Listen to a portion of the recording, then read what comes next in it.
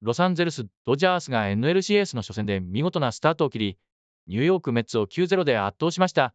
ジャック・フラハーティの素晴らしい投球で7回無失点を記録し、ドジャースは33イニング連続無失点の快挙を達成。この記録は1966年のボルチモア・オリオールズの伝説に並ぶものです。さらに、大谷翔平も期待を裏切ることなく、チームの得点機会を次々と生み出しました。そして、フレディ・フリーマンも怪我を抱えながらも力強いプレーでチームを支え、攻守両面でドジャースをリードしました。デイブ・ロバーツ監督のもと、計算されたサクリファイスバントや的確なブルペン運用で、チームは素晴らしいパフォーマンスを披露しました。さあ、次は GAME2 に向けて準備です。メッツは巻き返しを狙って全力で挑むでしょうが、今の勢いを保てば、ドジャースはさらに勝利を積み重ねるはずです。この激闘を見逃さないように、ぜひチャンネル登録して、試合のすべての瞬間を一緒に楽しみましょう。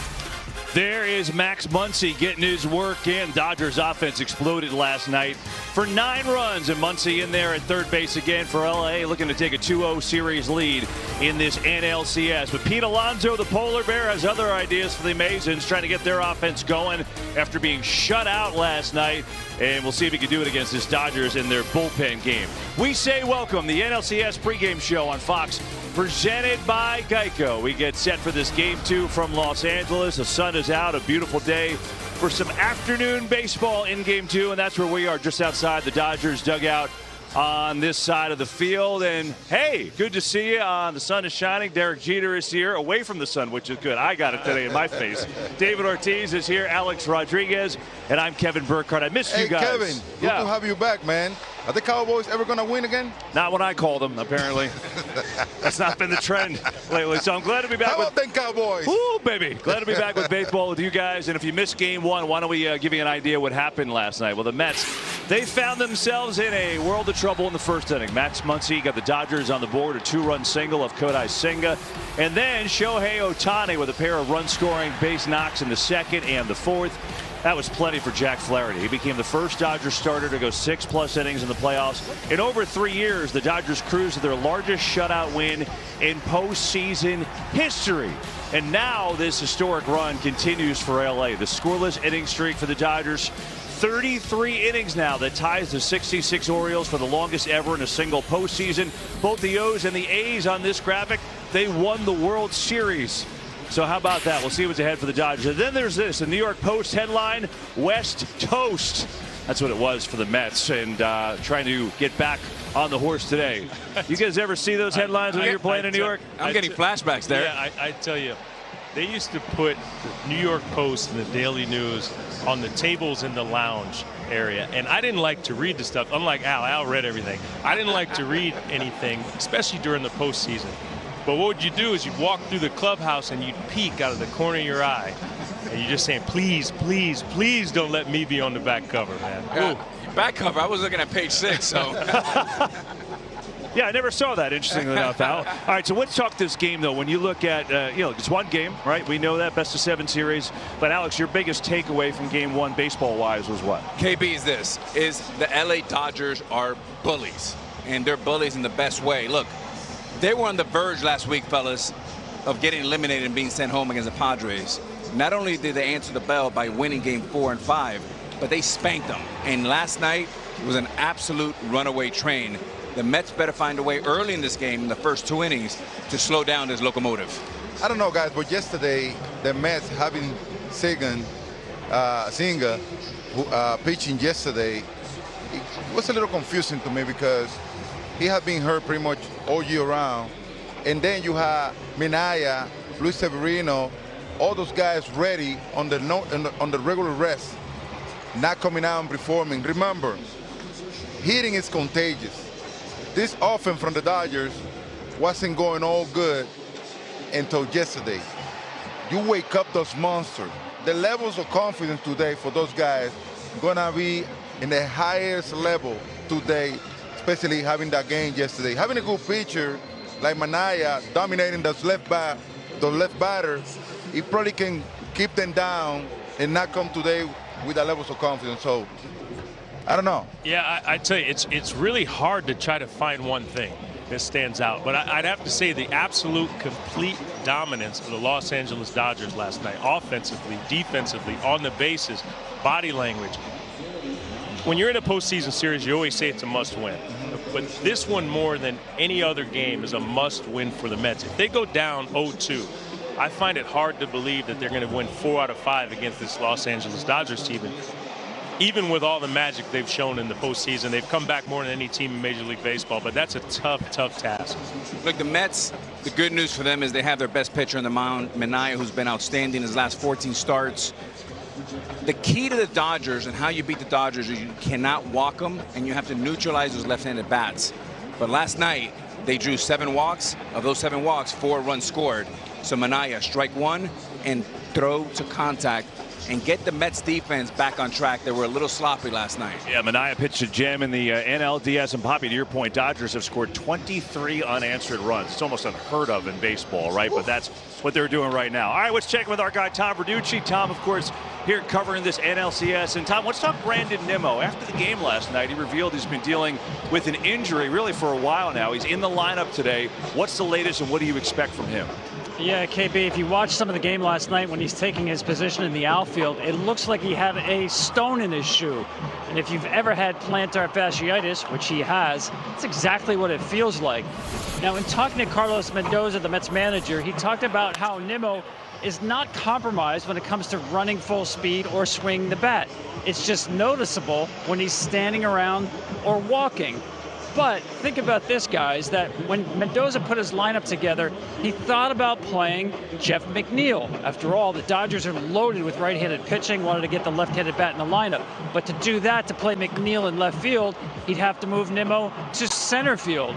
And with that plantar fasciitis, Mendoza just wasn't comfortable enough to pull the trigger on that, so Nimmo remains in left field and Tyrone Taylor in center field. If there's any good news for the Mets is that was just one loss last night, right? 5 teams have lost game 1 of a postseason series, losing a shutout by 9 runs or more.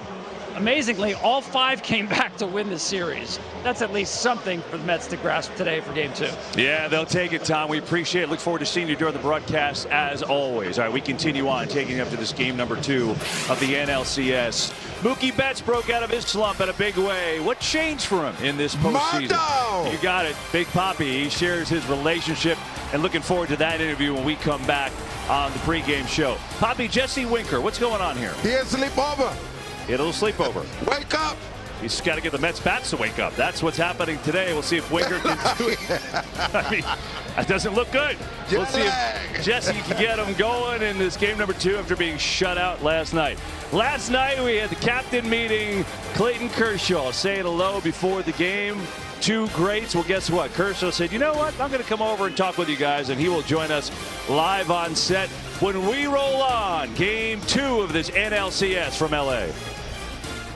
The Geico pregame show is sponsored by Geico. For savings and service, get more with Geico. It is game 2 of this NLCS from Los Angeles. Dodgers with a 1-0 lead after a shutout win last night, and rolling through Randy's Donuts here in LA. Why not? There's Mark Vientos, young third baseman, has been really good for the Mets this year, and in the postseason has had some big hits in their batting second for New York here tonight. And we tease it going to break. He's one of the greatest of our generation. 3-time Cy Young Award winner, MVP, will be a Hall of Famer. We know that. And the only thing a bummer about this is we wish we were watching a pitch here in this series and beyond. It is the great Clayton Kershaw for the Dodgers, who joins us now, lifting that trophy in 2020. And Clayton, we'll start there. I wish we were watching you pitch, because it's always such a joy to do that. But, you know, for you, watching this 33-inning scoreless streak, pretty unbelievable. What's been the most impressive about that, watching it? Yeah, I mean, just a collective effort. You know, I think that's been the coolest thing to see, is like it's been everybody. And obviously having Flair throw last night, like getting to go through 7 innings, it really sets up our game today for a bullpen game, obviously. So you got to give a ton of credit to our bullpen, what they were able to do starting that bullpen game in San Diego all the way through to now. And yeah, I mean, you can say so much about every guy, man. It's been awesome to watch. Clayton, talking to some of your teammates the last few days, they referenced Buehler's meltdown in Game 3 against the Padres when he banged the cooler, threw some bats, kind of reminding everybody we're better than this. And then Hernandez hits a grand slam. Even though you didn't win that game, could that be a pivotal point where you saw things change for you guys? Yeah, I mean, I think 2 things that come from that is, you know, Walker obviously coming back after that and throwing really well. You know, I think you know, that second inning, a lot of things are out of his control. You know, there were some ground balls that found some holes. There were some tough plays defensively that kind of made the inning longer than it should have been. So obviously, yeah, he was frustrated. He showed it, but he came back and he pitched really well after that. And you know, it also shows our resiliency, like Teo to hit that home run right there. And man, I like Teo in big moments, man. He's been a lot of fun to watch, and he's going to have some big at bats for us against the lefty today for sure. Of the Dodgers, I think of you. Great competitor. I'm old, man. I've been here so long. I know, right? I know. Great competitor. I mean, it's incredible. Not being able to be performing in this playoff. How you excited, man? How mentally you feel? Yeah, mentally I feel great. You know, and I had shoulder surgery last off season, and my shoulder and elbow, everything, my arm feels great. Obviously, I had some tough luck with my foot this year, but you know, I want to make use of the surgery. You know, I don't want to have surgery and then shut it down. So, you know, I'm going to come back next year and give it a go, and you know, see how it goes. Well, personally, we all know how you feel because we've all been in situations where we've missed almost an entire season through injury. So we hope you get back sooner rather than later. Like Kevin said, the Dodgers are not the same when you're not on the field pitching. But what I want to ask you is, you guys were down 2-1 to San Diego. Take us inside the clubhouse and tell us, is it different now inside the clubhouse, or is it just business as usual every game you go into? Yeah, I mean, you know, obviously we've had some tough luck in the division series the last few years, and you know, San Diego is one of those teams that beat us, and it's hard to compare years. You know, I feel like we've had great teams in the past, and no disrespect to different teams that I've played on in the past too, but this year, this group of guys, it just feels really resilient. You know, it just feels like there's no quit. It feels like whether we're down 6-0, whether we're up 6-0, it's that same fight every single inning, and it's been a lot of fun to be a part of, especially, you know, taking a step back, being on the sidelines and watching this group of guys. You can really tell there's a heartbeat there. There's like, it's kind of one collective, you know, what's that line in Drumline? One band, one sound. It kind of feels like that right now, and I love it. It's fun. Kirsch, you've had an incredible seat to one of the most unique players of any generation in Shohei Ohtani. Now, we know about his dog. We know pretty much everything. Tell us and the national audience at home something about Ohtani that we do not know.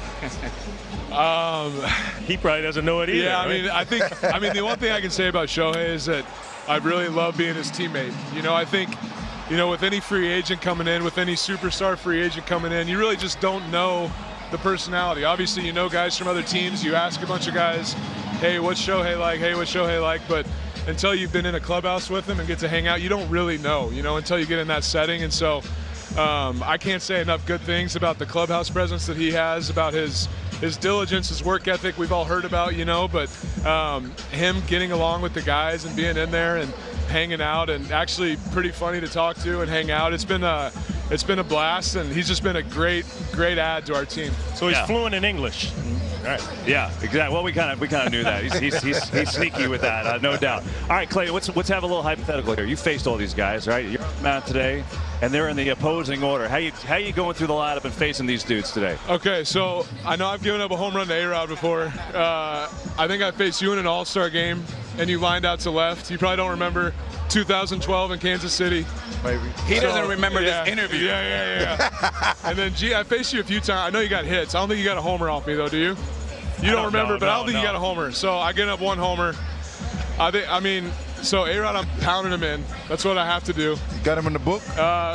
Left on left, I'm probably just pitch away, play away to Big Papi, and then maybe shoot one up and in if I have to. Now we're talking. And then Jeet's a hard one because, you know, he shoots the ball the other way, but he likes it in to be able to do that. The ball in, you can kind of manipulate more, and pitching in is my strength. So I'd probably have to go against my strength a little bit with him, and it probably wouldn't have gone great. Playing the I have a serious question. How do you get Kevin out? Yeah, very easy.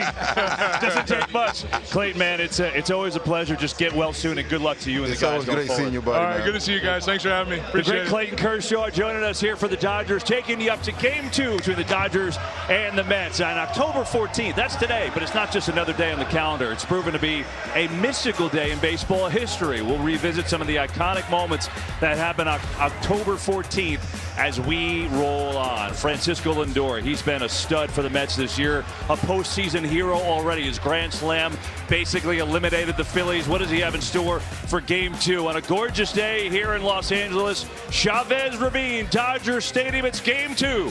Back after this.